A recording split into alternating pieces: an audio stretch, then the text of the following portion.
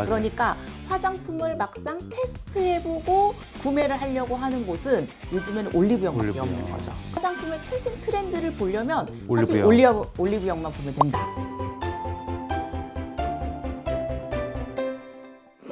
네, 안녕하세요. 엠브레인 텐즈줍의 윤덕환입니다. 아우, 역시 훅훅 안 들어오시네요. 예, 좋아요. 다른 분들은 막 들어와. 인사 큐도 안 줬는데, 알아서 막 들어오고 막 이러는데, 고도은 매니저님, 부장님이신데, 그죠? 네, 맞습니다. 매니저님이라 하긴 죄송합니다. S 매니저님이십니다. 오늘은 이 올리브영이라는 특정한 브랜드를 아예 드러내놓고 이 매장 방문에 대한 소비자 특성을 좀 알아보려고 해요. 이게 특이하죠? 브랜드를 이렇게 대놓고 드러낸 거를 기획하셨다니, 이거 왜 기획하셨어요? 사실 요즘에 화장품을 살 곳이 딱히 많지가 않아요. 화장품 전문점 없어졌잖아. 네, 거의. 맞아요. 화장품 전문점도 없어지고 H&B도 올리브영을 제외하고는 다 사라졌어요. H&B가 뭐예요? 헬스앤뷰티라고 예전에는 왓슨스 뭐 이런 것도 있었고 일본에 그 유행해가지고 예, 수입했잖아요. 그쵸. 예, 맞아요. 그런 게 있었는데 그런 게 다 사라졌죠. 맞아요. 그러니까 화장품을 막상 테스트해보고 구매를 하려고 하는 곳은 요즘에는 올리브영밖에 없는 거죠. 그래서 올리브영을 좀 기획한 그거는 화장품의 최신 트렌드를 보려면 사실 올리브영만 보면 된다. 테스트도 이런 생각으로. 올리브영. 그렇죠. 화장품을 어디서 사는지 알아보려면 올리브영. 네, 맞습니다. 다 올리브영이네요. 그러고 네, 보니까. 맞아요. 그러면 올리브영을 이용하는 매장 이용자들을 보는 게 화장품 이용자들의 소비 특성을 일반적으로 알아보는 것도 되겠네요. 그렇죠. 최신 트렌드를 알아볼 수 있는 거고 그러다 보니까 올리브영에서 소비자가 어떤 카테고리를 사고 어떤 제품을 사는지를 또 확인하거나 아니면 스테디셀러가 어떤 제품인지 또 로열티가 어떤 제품에 있는지를 확인했을 때 이제 화장품의 제품 개발이나 마케팅 수립에 좀 도움이 된다라고 할 수가 있죠. 근데 사실 그런 식의 이제 그 조사 결과를 필요하려면 실제 조사를 했잖아요. 옛날 조사회사 계셨으니까. 그렇죠.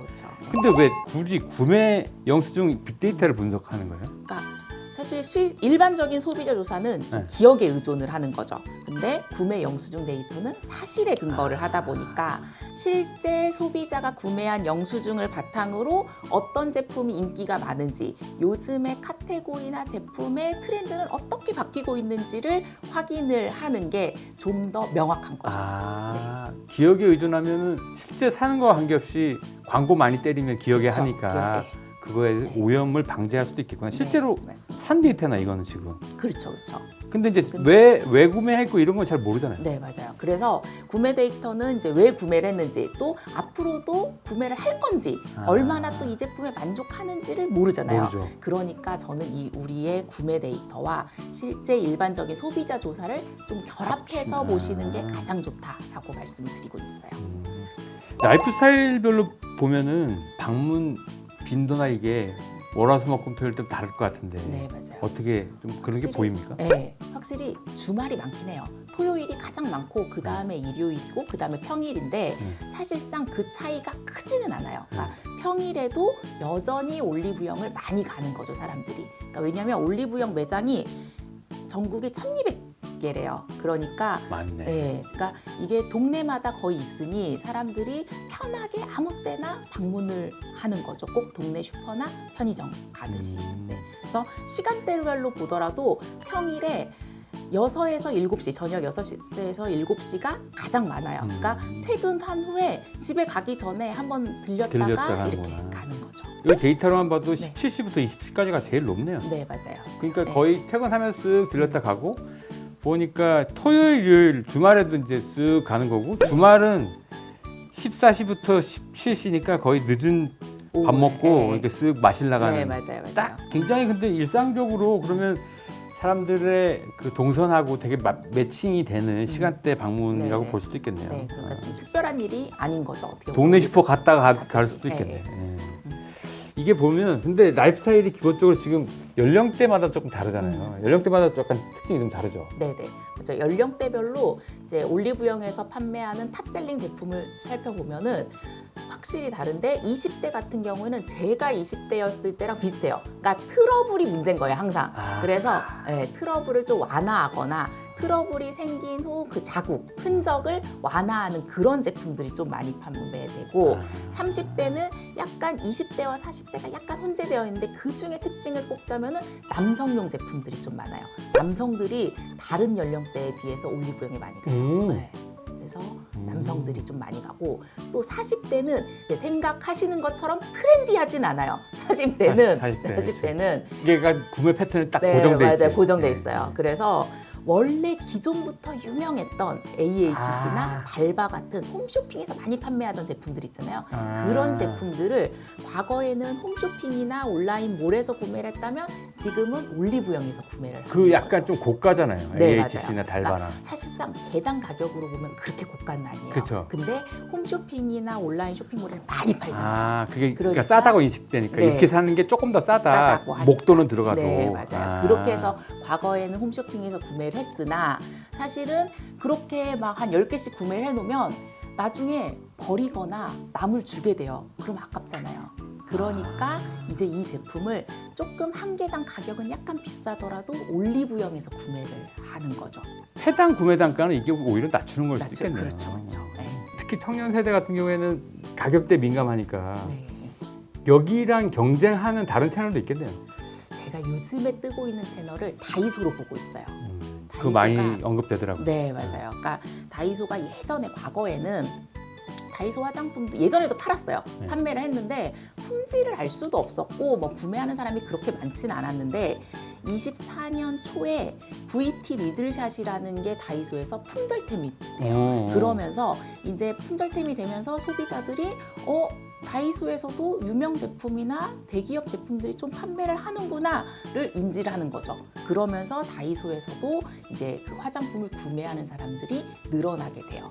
근데 또 가격이 워낙 낮다 보니까 화장품을 다이소에서 구매하는 사람들이 20대가 많은 걸로 좀 보고는 있어요. 그럼 사실 올리브영 전체로 보면은 방문자들이 화장품을 사는 식의 이제 그 집중화되어 있는 건 있는데 연령대별로 경쟁 채널이 다르구만요. 20대 같은 경우에는 다이소랑 경쟁을 한다고 치면 40대는 홈쇼핑하고 경쟁하는 거군요. 그럼 그렇게 볼 수 있죠. 네. 어쨌든 근데 올리브영이 기본적으로 메인 채널이긴 하고 네, 맞아요. 그때그때 조금씩 다르겠네요. 네네.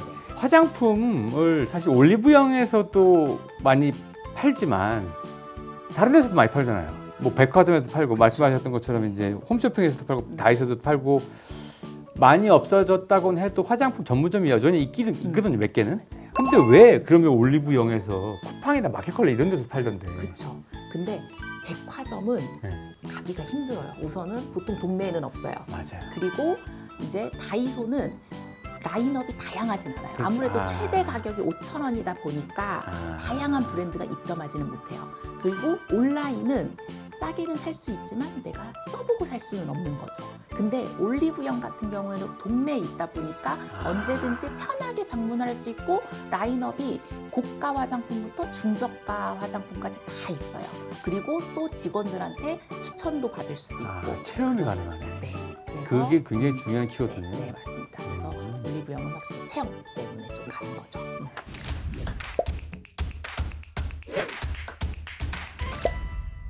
오늘은 구매 영수증 분석 데이터를 통해 가지고 올리브영이라는 브랜드를 집중적으로 한번 탐구해 봤는데요.